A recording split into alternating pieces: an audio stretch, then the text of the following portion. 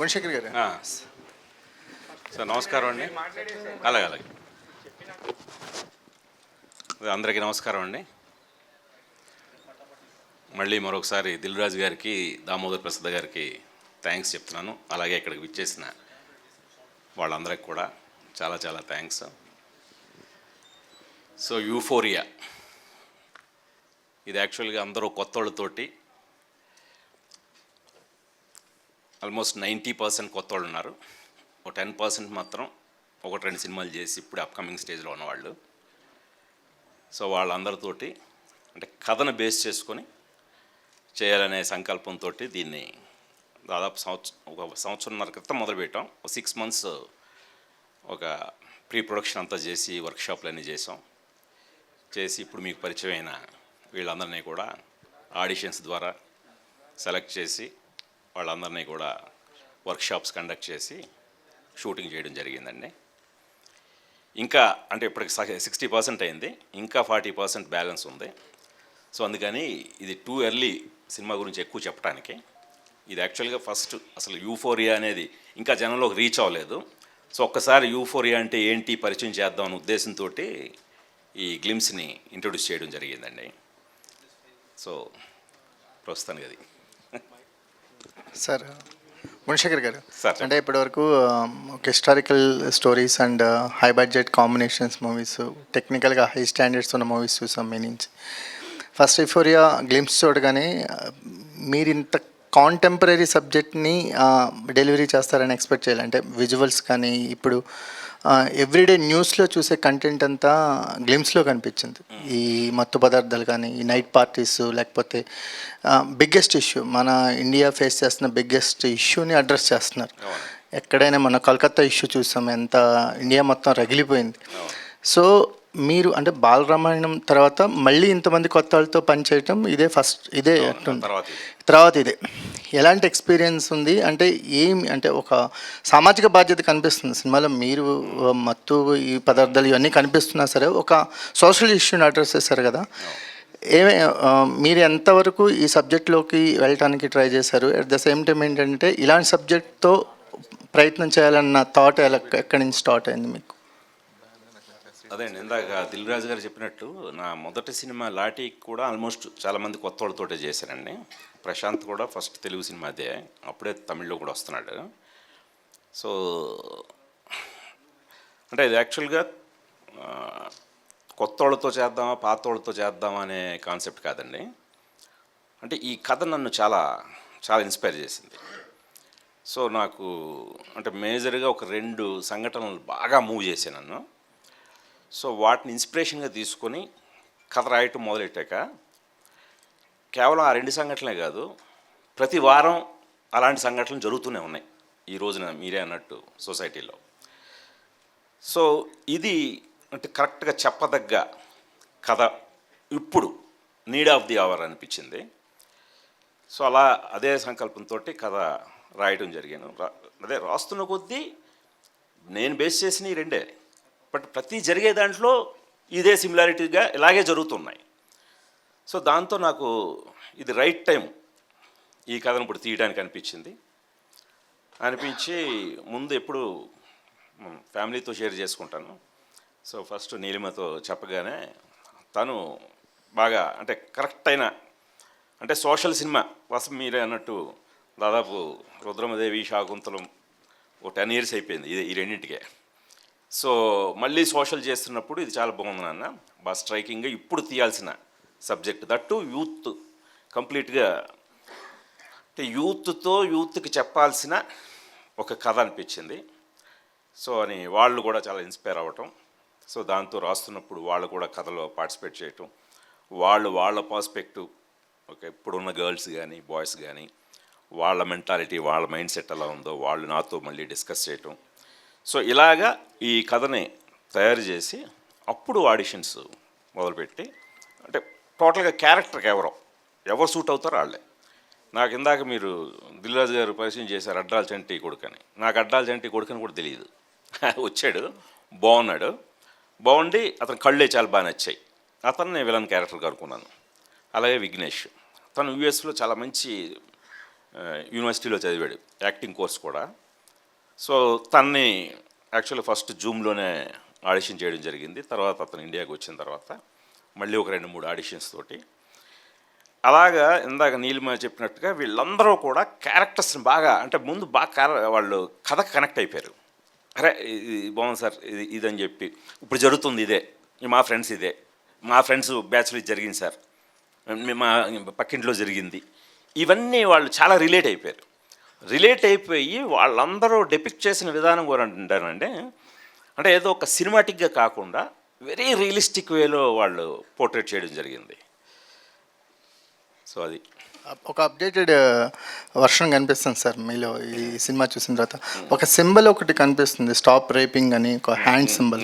Extraordinary sir, చాలా చాలా బాగుంది. అది సార్ ఇది ప్రజెంట్ సొసైటీలో బర్నింగ్ ఇష్యూ, బట్ ఇది డీల్ చేయడానికి డెఫినెట్గా ఒక చాలా బ్యాలెన్సింగ్గా డీల్ చేయాలి ఈ ఇష్యూని. దీంతోపాటు ఈ ఇష్యూని రేజ్ చేస్తున్నప్పుడు దీనికి ఒక సొల్యూషన్ కూడా ఏదైనా చూపించే అవకాశం ఉందా ఈ సినిమాలో? అంటే జరుగుతున్న ఇష్యూని చూపించడం ఎవరికైనా నో ప్రాబ్లం, చూపించేస్తారు, బట్ సొల్యూషన్ చూపించింది ఈ సినిమాకున్న అర్థం ఏంటి? సో సినిమాలో సొల్యూషన్ ఏమైనా చూపిస్తున్నారా? అసలు first of all issue based film కాదండి ఇది, అది కానే కాదు. ఇది ఎంతకీ అంటే మీకు ఇప్పుడు గ్లిమ్స్లో ఏంటనే ఒక వరల్డ్ ఆఫ్ యూఫోరియా పేరుతో అసలు యూఫోరియా ఏంటనేది పరిచయం చేయడం జరిగింది తప్పితే సొసైటీలో ఏం జరుగుతున్నాయి, ఇప్పుడు మన సిటీ కల్చర్ ఎలా ఉంది, ఇప్పుడు నైట్ లైఫ్ ఎలా ఉంటుంది, ఎంత ఫాస్ట్ కల్చర్, ఎంతగా ఎదిగిపోతున్నాం, ఎంత స్పీడ్గా ముందుకెళ్ళిపోతున్నాం అనేది మీకు చూపించడం జరిగింది తప్పితే ఇప్పుడు ఇందులో జరిగిన సంఘటనల మీద ఒక ఇష్యూ, ఒక పోరాటం, ఒక ఇది కాదండి, దాన్ని మించి ఉందండి. అంటే ఇది యాక్చువల్గా conflict between adolescent age, parenting, వీటి మీద బేస్ చేసిన కాదండి అది.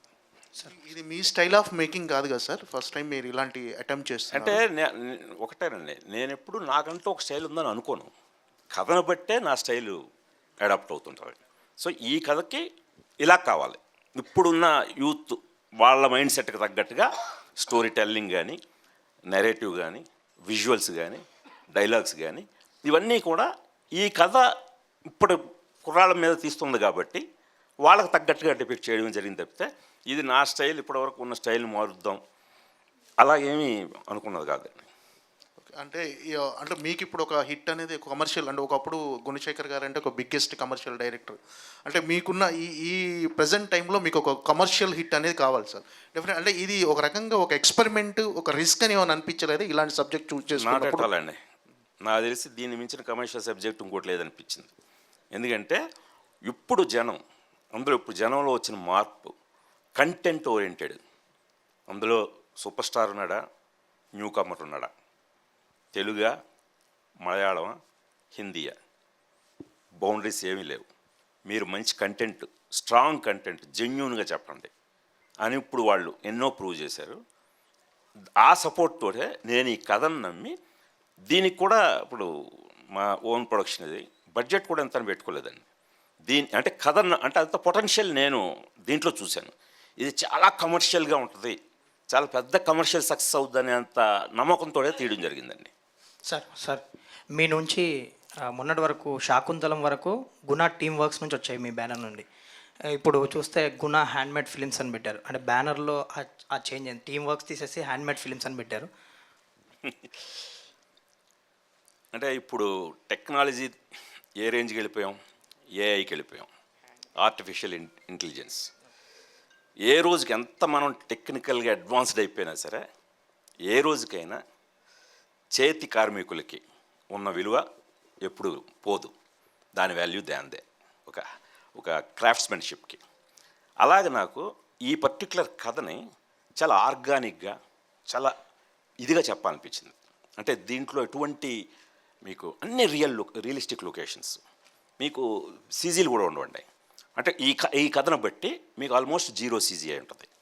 సో అంటే కథనే కథగా తీయడం అంటే ఆల్మోస్ట్ చేత్తో తీసిన ఒక సినిమా లాంటిది అనమాట. అది డెపిక్ట్ చేయాలి ముందు అని చెప్పి, అంటే ఇలాంటి కథల్ని గుణ హ్యాండ్మేడ్ ఫిల్మ్స్ అని తీస్తే బాగుంటుందని చెప్పి ముందు బ్యానర్ పేరు కూడా రాయడం జరిగింది. సార్ ప్రొడ్యూసర్ గారు, నీలిమ గారు, హాయ్ అండి. ఈ సినిమా 60% అయిపోయింది, ఇంకో 40% ఉందన్నారు. ఈ ఇయర్ ఎండింగ్ లోపు రిలీజ్ ఎక్స్పెక్ట్ చేయొచ్చా, లేదంటే నెక్స్ట్ ఇయర్ ఉంటుందా? ఎర్లీ 2025 అండి, ఫెబ్ టైం అనుకుంటున్నాం. Thank you. Muralishekhar garu, so me time లైన్లో అంటే ఒక లాస్ట్ ఒక 15 years వెనక్కి వెళ్తే you're one of the unconventional director. అంటే ఒక టెక్నాలజీ రిలేటెడ్ కానీ ఏదైనా సరే మీరు చాలా కొత్తగా ఇంప్లిమెంట్ చేశారు మీ సినిమాల్లో. ఇప్పుడు ఈ సినిమాకి వచ్చేటప్పటికి there are more of idioms and leak lights and modern arts ఎక్కువ కనిపిస్తున్నాయి. సో మీ దృష్టిలో న్యూ ఏజ్ సినిమా అంటే ఏంటి సార్ అసలు? అంటే ఒక అడ్వాన్స్మెంట్, టెక్నాలజీలో వస్తున్న అడ్వాన్స్మెంట్ని వాడుకొని కొత్త కథల్ని కొత్తగా చెప్పడమేనండి. అలాగే చేయడం జరిగింది ఇది. అంతే తప్పితే new age film, new age technology అంటూ ప్రత్యేకంగా ఏమి ఉండదు. ఉన్నదాన్ని ఇప్పుడు ఈ రోజునే వస్తుంది. ఇప్పుడు ఇందాకే చెప్పినట్టు ఇప్పుడు ఏఐ ఎక్కువ వాడుతున్నారు. ఇప్పుడు ఇదివరకు సీజీలు మనకి ఏఐ టెక్నాలజీ రాకముందు సీజీఎల్ కొంచెం కష్టంగా ఉండేది. ఇప్పుడు ఏఐ వచ్చిన తర్వాత కొంతది అడాప్టేషను, అదొక అడ్వాన్స్మెంట్ ఉపయోగపడుతుంది. సో అలాగా ఇప్పుడు ఉన్న అంటే ఇప్పుడు నేను ఇందాక చెప్పినట్టుగా దీంట్లో సీజీలే లేవు కానండి, టెక్నికల్గా చాలా హై స్టాండర్డ్లో, అంటే మీరు చూస్తే ఊరిని డ్రోన్లే కూడా కాదండి, ఎఫ్పివి ఎక్విప్మెంట్లే వాడాం. సో నాకు అందుకనే దీనికి కొత్త టెక్నీషియన్స్ని కూడా, ముఖ్యంగా ప్రవీణ్ కే పోతన్ అనే ఒక డిఓపిని ఇంట్రొడ్యూస్ చేస్తున్నాను. అంటే ఈ కథని నేను ఎంత కొత్తగా చూడాలో ఒక కొత్త కెమెరామెన్ అయితే ఇంకా కొత్తగా చూస్తాడని చెప్పి అతనికి ఇది ఫస్ట్ ఈ సినిమాతో అతను ఇంట్రొడ్యూస్ చేయడం జరుగుతుంది. తను ఇదివరకు పిఎస్ వినోద్, రత్నవేలు గారి దగ్గర వర్క్ చేశాడు. సో అలాగా ఆ టీం అందరినీ కూడా ఒక కొత్త వాళ్ళని ఇంట్రొడ్యూస్ చేస్తూ నన్ను నేను కొత్తగా ప్రజెంట్ చేసుకోవడం కూడా ఈ కథకు అవసరం అనిపించిందండి. సార్ ఎంతవరకు అప్గ్రేడ్ చేసుకోగలిగారు ఈ కథనాల విషయంలో? అంటే మీ ప్రీవియస్ ఫిలిమ్స్ రిజల్ట్స్ బేస్ చేసుకున్నా లేదంటే సినిమా రిజల్ట్స్కి మనం తీయడానికి ఏం సంబంధం ఉండదు సార్. సినిమా రిజల్ట్ అనేది మన చేతుల్లో ఉండదు. మనం సిన్సియర్గా మన ఎఫర్ట్ పెట్టామా లేదా. ఈ రోజుకి నేను ధైర్యంగా కూర్చొని నేను ఇంకొక సినిమా ప్రొడ్యూస్ చేస్తూ డైరెక్ట్ చేయగలుగుతున్నానంటే ఎప్పుడు నా ఎఫర్ట్లో లోపం లేదు. ఆ నమ్మకంతో ముందుకు వెళ్తుంటాం. సో అలాగే మన పని మనం చేసుకుంటూ పోవటమే.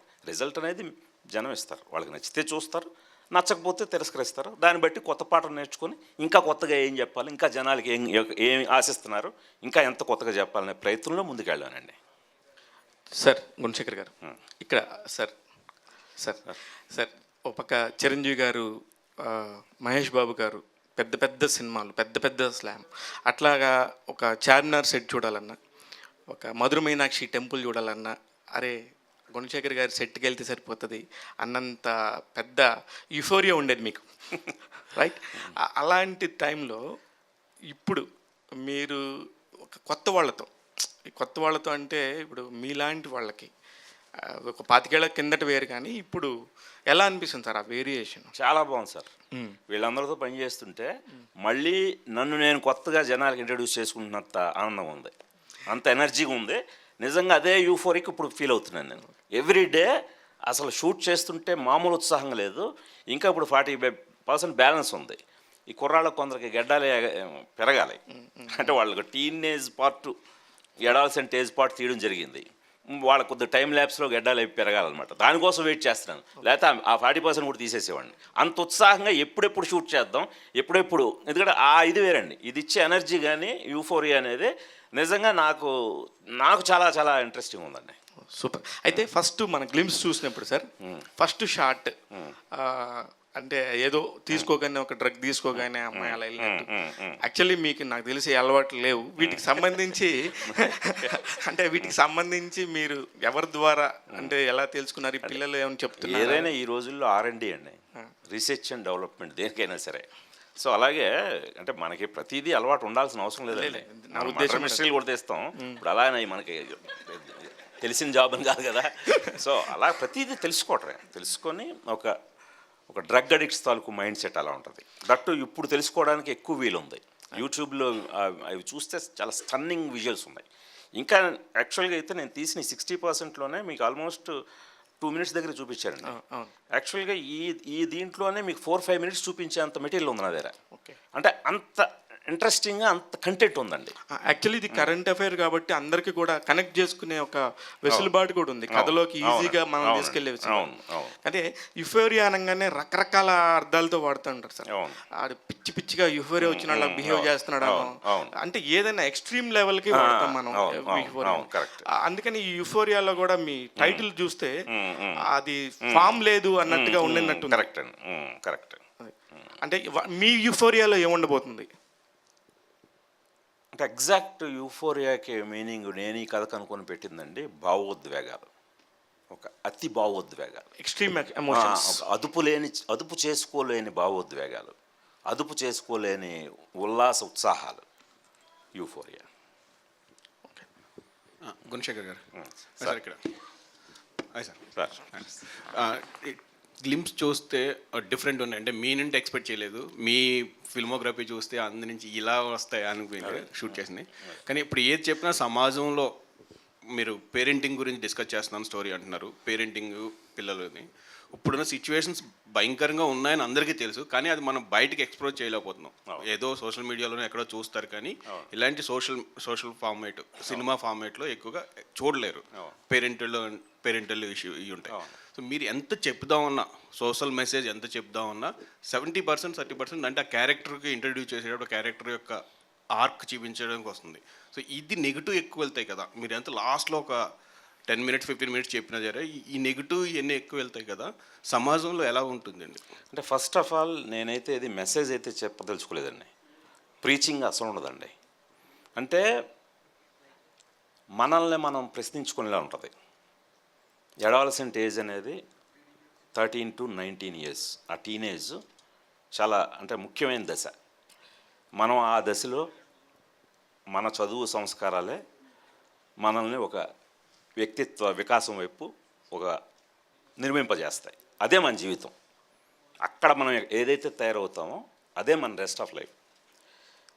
సో దాంట్లో మిమ్మల్ని మీరు నియంత్రించుకోలేని, మీకు చదువు లేకపోయినా, సంస్కారం ఇంట్లో నేర్పాల్సిన సంస్కారం నేర్పలేకపోయినా అది మీ మీద ఎలా ప్రభావం చూపిస్తుంది, దానికి నువ్వెంత బాధ్యుడివి, దాన్ని నువ్వు నియంత్రించుకోవటం ఎలాగా, ఇదే పేరెంటింగ్ యాంగిల్లో.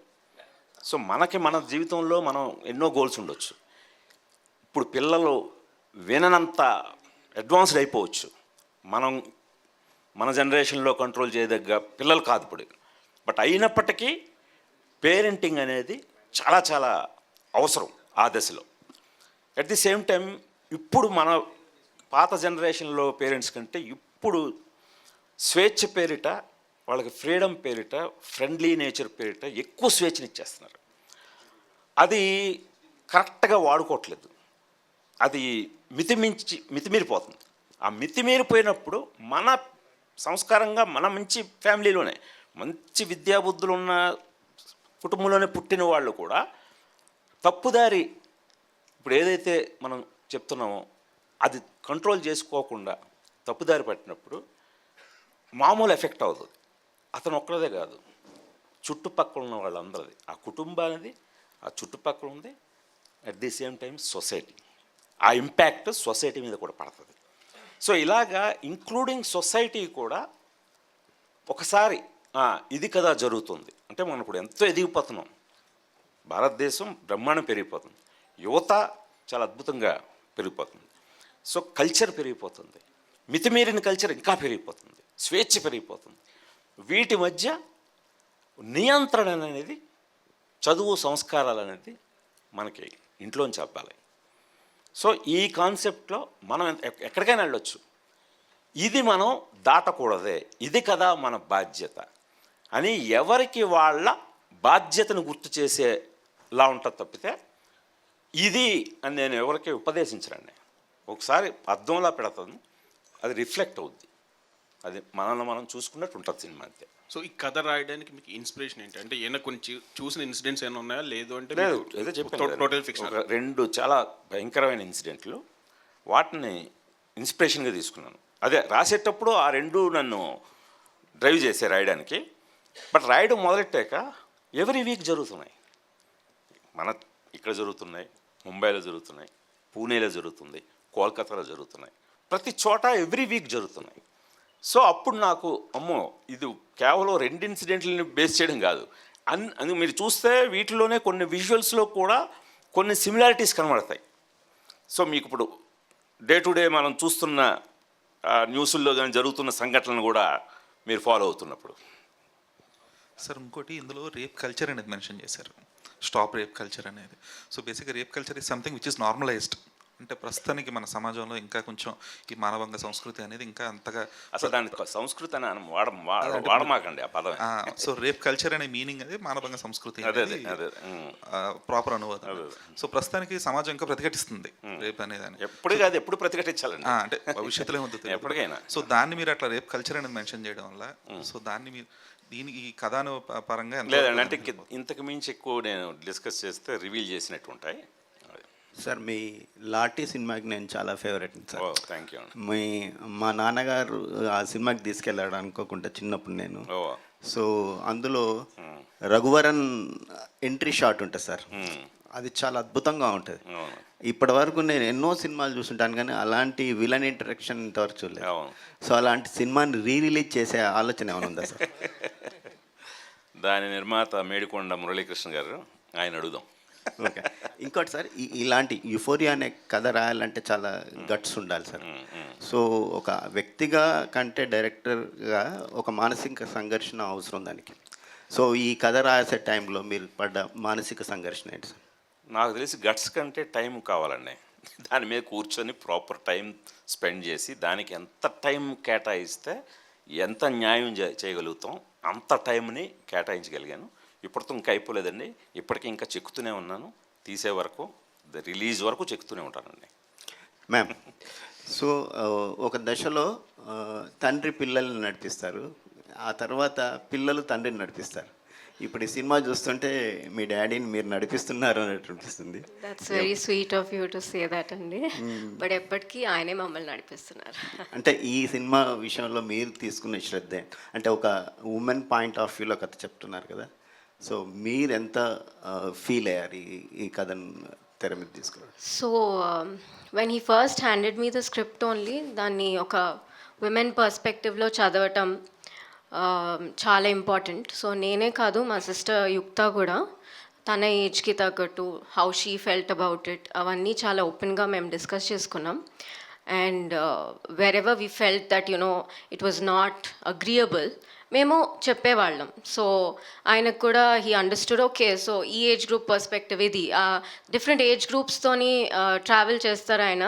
He interacts with lot of people through a day. So what's wonderful about him is he's open to listening to your feelings and your perspective about each story or role and character arc.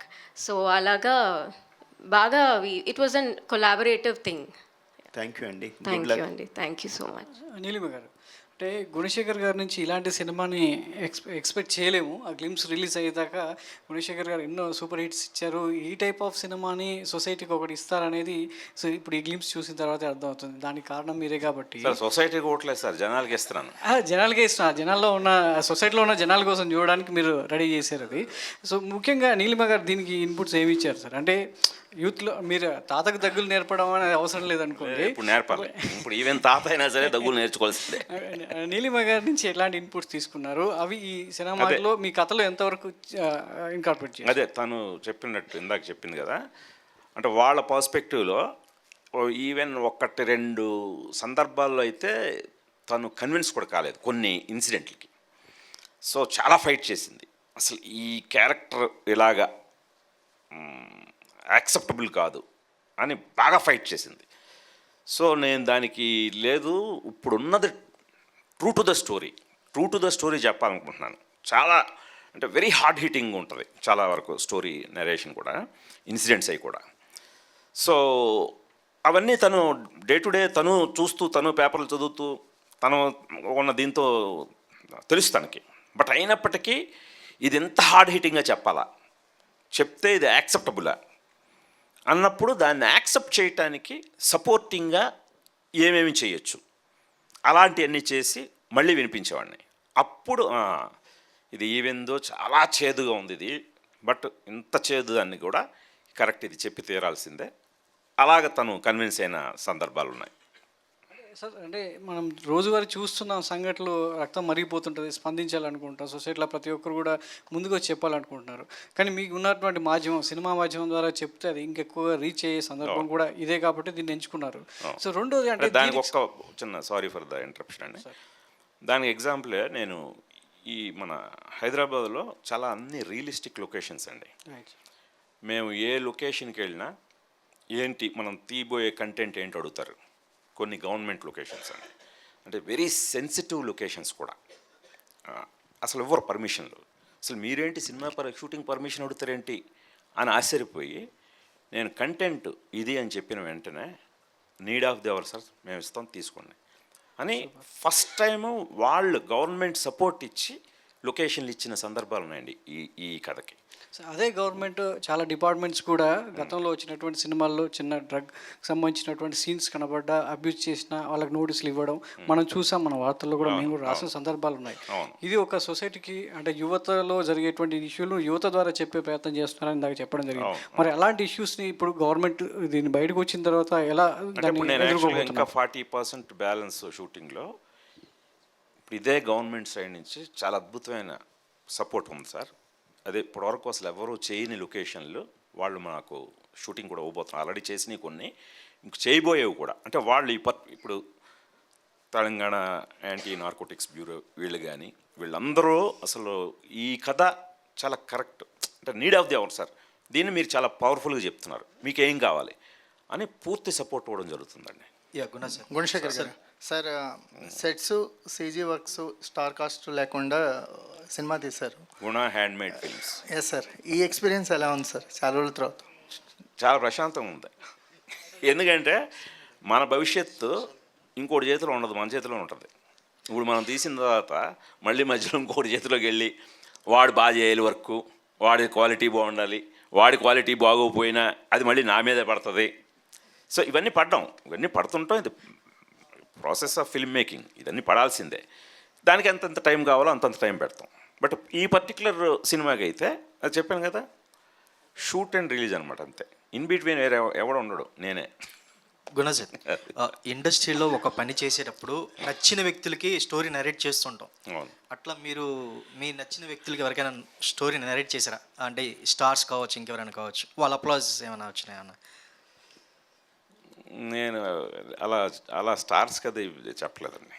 అదే మీ దగ్గర బంధువులు కానీ ఎవరికైనా అంటే వాళ్ళ నా team, ఇప్పుడు నేనే కాదు కదా, నా టీం ఉంటారు. నా టీం అందరితోటి, నా డైరెక్షన్ డిపార్ట్మెంట్ కానీ, నా కెమెరా డిపార్ట్మెంట్, వీళ్ళందరితోటి ఎప్పుడు డిస్కస్ చేసి వాళ్ళు ఎలా కన్విన్స్ అవుతున్నారు, వాళ్ళకి ఏమైనా డౌట్స్ ఉంటే ఆ డౌట్స్ని మళ్ళీ రెక్టిఫై చేయటం, ఈ ప్రాసెస్ అయితే ఉంటుందండి. సార్ మీరు అంటే ప్రీవియస్ సినిమాల్లో మీరు ఏ సినిమా చేసినా కూడా ఏదో ఒకటి హైలైట్ అవుతూ ఉంటుంది ప్రతి సినిమాలో, డైలాగ్ డెలివరీ కావచ్చు, సెట్స్ కావచ్చు, ఇంకేమైనా కావచ్చు. అదేవిధంగా ఈ సినిమా ద్వారా నైట్ లైఫ్, హైదరాబాద్ అంటే నైట్ లైఫ్ ఎలా ఉంటుంది, ఇది హైలైట్ అయ్యే అవకాశం ఉందా? అంటే ఇప్పుడు మీరు చూసిన గ్లిమ్స్లో ఎక్కువ పాట అది చూశారు కాబట్టి అంటున్నారు. ఇది కథ అండి, total more than this.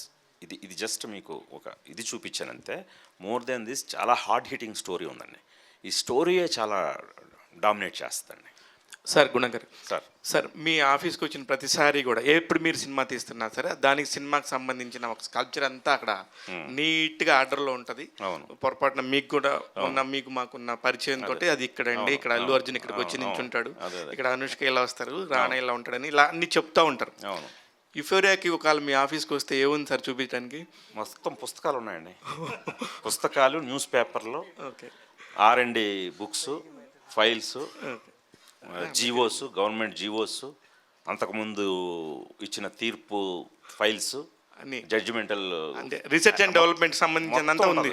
Okay, చూసుకోవచ్చు సార్. ఇది ఒక్కటే క్వశ్చన్ సార్, ఇది ఈ పింక్ కలరే సార్ పోస్టర్ అంతా కూడా, దీనిలో కూడా ఏదైనా కథ చెప్తున్నారా సార్? ఎందుకంటే పింక్ లేడీస్ లైట్ పడేసరికి పింక్ గా అయింది, ఇది రెడ్ అండి, కొంచెం రెడ్ అని చేయాలి. ఓకే ఓకే అండి. గుణశేఖర్ గారు హియర్. సార్ మీ యాక్షన్ బ్లాగ్స్కి చాలా మంచి ఫ్యాన్ అండి నేను. నా క్వశ్చన్ ఏంటంటే, ఇప్పటి వరకు మీరు తీసిన సినిమాలన్నిటికి తెలుగు టైటిల్స్ ఉన్నాయి, సైనికుడు, రుద్రమదేవి, వాటర్ అన్నీ ఇప్పటి వరకు ఒక్కడు. ఫస్ట్ టైం ఒక ఇంగ్లీష్ టైటిల్ పెట్టారు, సో ఒక ట్రాన్స్లోకి తీసుకెళ్ళిపోయారు, different trance one compare to మీ ప్రీవియస్ ఫిలిమ్స్. ఇప్పుడు నా ప్రీవియస్ ఫిలిమ్స్ అని పక్కన పెట్టండి, మీకు నచ్చింది కదా, షాక్లో ఉన్నాను సార్. గుడ్. సో ఇలా ఇంగ్లీష్ టైటిల్ పెట్టడానికి రీజన్ ఏంటి? ఫస్ట్ టైం పెట్టారు మీరు. మంచి క్వశ్చన్ అడిగారు. ఫస్ట్ టైం కథ రాస్తున్నప్పుడు ఉద్వేగం అని రాశాను. వీళ్ళు ఎవరికి అర్థం కాలే. బాబోయ్ వద్దన్నారు ఈ టైటిల్. ముందు ఆపే అన్నారు, అసలు రాయడం ఆపే అన్నారు. అదేంటి ఉద్వేగం అంటే ఏంటన్నారు. ఉద్వేగం అంటే ఏంటంటే భావోద్వేగాలు, అందులో ఒక ఉద్వేగం, ఇది ఒక emotional story, emotional roller coaster రైడర్లో ఉంటుంది. దీన్ని టోటల్ ఫీలే ఒక యూఫోరిక్ వరల్డ్ అది బాగుంది. ఏమన్నా యూఫోరియా అలా పుట్టింది. సో అంటే అదే ఇప్పుడు ట్రెండ్ ఉద్వేగం అంటే ఎవరికి అర్థం కావట్లేదు. అంటే తెలుగు అర్థం కాని రోజుల్లో ఉన్నాం, తెలుగుకి డిక్షనరీలు వెతుక్కునే రోజుల్లో ఉన్నాం. అందువల్ల మీరు అన్నది కరెక్టే. ఫస్ట్ తెలుగు టైటిల్తో మొదలెట్టి దాన్ని ఎవరి కోసం తీస్తున్నాం. ఎందుకంటే ఇప్పుడు మెయిన్ ఈ దీనికి రావాల్సింది మెయిన్ యూత్ని ఏం చేసింది, అలాగే పేరెంట్స్. సో ముందు యూత్కి వాళ్ళకి రీచ్ ఉండాలి. అందువల్ల వాళ్ళకి అలవాటైన భాషలో పెట్టాలని తప్పితే ఇదేదో తెలుగుకి ఎగైనిస్ట్గా ఇప్పటివరకు చాలా అన్నీ మీరు అన్నట్టు తెలుగు టైటిల్సే పెట్టానుగా. సో గుణశేఖర్ గారు 2.0 వెర్షన్ అనుకోవచ్చా సార్ ఈ సినిమాతో? 2.0లో కాదు కానీ అదే నన్ను నేను కొత్తగా ఇంట్రడ్యూస్ చేసుకుంటున్నాను అంతే. Okay sir. మేడం, సో ఈ కథలో మీరు ఏమైనా సజెషన్స్ ఇవ్వడం జరిగిందా? అదే ఇప్పుడే చెప్పాను కదండి. So when he wrote the script and send it over to me, I went through it and like అప్పుడు క్యారెక్టర్స్ ఎలా ఉన్నాయి, వాళ్ళు బిహేవ్ చేసిన విధానం ఏంటి. So I also placed my self in some of the characters and thought.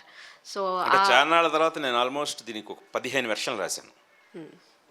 15 versions అంటే ఎవరు చదివినా వాళ్ళ డౌటు, మళ్ళీ ఆ డౌట్ కరెక్టా కాదా, సెన్సిబులా కాదా, మళ్ళీ 4-5 అందరూ ఎక్కువ మెజారిటీకి అదే డౌట్ ఉందా, ఇవి మళ్ళీ అడ్రస్ చేసుకుంటూ మళ్ళీ ఇంకో వెర్షన్. ఎన్నో వెర్షన్కి కన్విన్స్ అయ్యారు మీరు? that's what some 16th 17th because so many questions were addressed at that point. So అవును, ఆవిడ చాలా మంచి రోల్ చేస్తున్నారండి, ఒక ముఖ్యమైన పాత్ర చేస్తున్నారు. ఆవిడది కూడా మళ్ళీ ఓ మంచి మీరు అన్నట్టుగా మళ్ళీ మా ఒక్కడికి ఏం తీసిపోకుండా ఉంటుంది. Thank you to all the media. Thank you Nilima garu. పాపం అడగబోతున్నారు. Yeah, please. Last question. Kalabhairava గారి మ్యూజిక్ అయితే చాలా బాగుంది సార్. ప్రవీణ్ గారి డిఓపి కూడా చాలా కొత్తగా చాలా బాగా చూపించారు. అంటే ఎక్కడ చూసినా Gunasekhar film produced by Neelima గుణ. అంటే మీ ఫ్యామిలీ నుంచి అంటే మీరు ప్రొడ్యూసర్గా వేరే వాళ్ళకి ఎవరైనా అనుకున్నారా, మరి అంటే మేడం తోటే చేద్దామని అనుకున్నారా? అంటే ఇది కథ అనుకున్న తర్వాత ఎప్పుడు మన పాత్రికేయ మిత్రులు అడిగారు కదా, ఇప్పుడు జనరల్గా ఒక కథ అనుకుంటానండి. మన సినిమా ఇండస్ట్రీలో దాన్ని మెటీరియలైజ్ చేయాలంటే హీరో ఎవరు, మార్కెట్ ఎంత, బిజినెస్ ఏంటి, ఈ లెక్కలు చూసుకునే ప్రాజెక్టులు ముందుకు వెళ్తాయండి. సో అందువల్ల ఇలాంటి కథలు చెప్పాలనుకున్నప్పుడు ఇవేం చూడకూడదండి. సో అందుకని ఎవరు చూడరు, మనం చూడం. మేము మా కుటుంబంలో మా అందరికీ ఒక ఫిలిం మేకింగ్ అనేది ప్యాషన్తో, సో బాగుంది ఇది చెప్దాం అని నీలిమ ఎలాగో యుక్త అలాగా నా మిసెస్ రాగిణి మేమందరం ఒకే పేజ్ మీద ఉంటాం. సో వాళ్ళు ముందు కన్విన్స్ అయ్యి లేదు ఇది చేద్దాం, ఇది బాగుంది అని అనుకున్నప్పుడు ఈ లెక్కలు ఏమి వేసుకోలేదు. అలాగే ఇది చెప్పాను కదా, ఇది ఖర్చులో మీకు ఏ భారీ సినిమాకి తీసిపోదండి. కథకి ఎంత కావాలో అంత పెడతాం. ఏదైనా కూడా బిజినెస్సే కదా sir, business point of view sir. ఇక్కడ సార్ సినిమా అంటేనే ఒక బిజినెస్ మార్కెట్ అది దానికి ఉంటుంది. కానీ ఇప్పుడు మీరు ఏ పేరు చెప్పినా సరే హీరో పరంగా కానీ హీరోయిన్ పరంగా కానీ ఎక్కడ పేరు లేరు. ఈవెన్ కెమెరామెన్ కానీ ఒక కాలభైరవ గారు ఇప్పుడు ఈవెన్ మీరు తప్ప మీ మీదే బిజినెస్ జరగాలంటారు. నా కథ మీద జరుగుతుందండి. ఇప్పుడు మీరు పేర్లు ఏమీ లేని డబ్బింగ్ సినిమాలు 100 కోట్లు కలెక్ట్ చేసి పెడుతున్నాం కదా మనమే, అంత పొటెన్షియాలిటీ ఈ కథకైతే ఉందని నమ్మానండి. All the best sir. Thank you అండి. Thank you media. Thank you so much. Thank you Nilima garu. Thank you Gunashekar garu. We are eagerly waiting for next content. Thank you. Thank you Sravanti garu. Thank you sir. Thank you so much.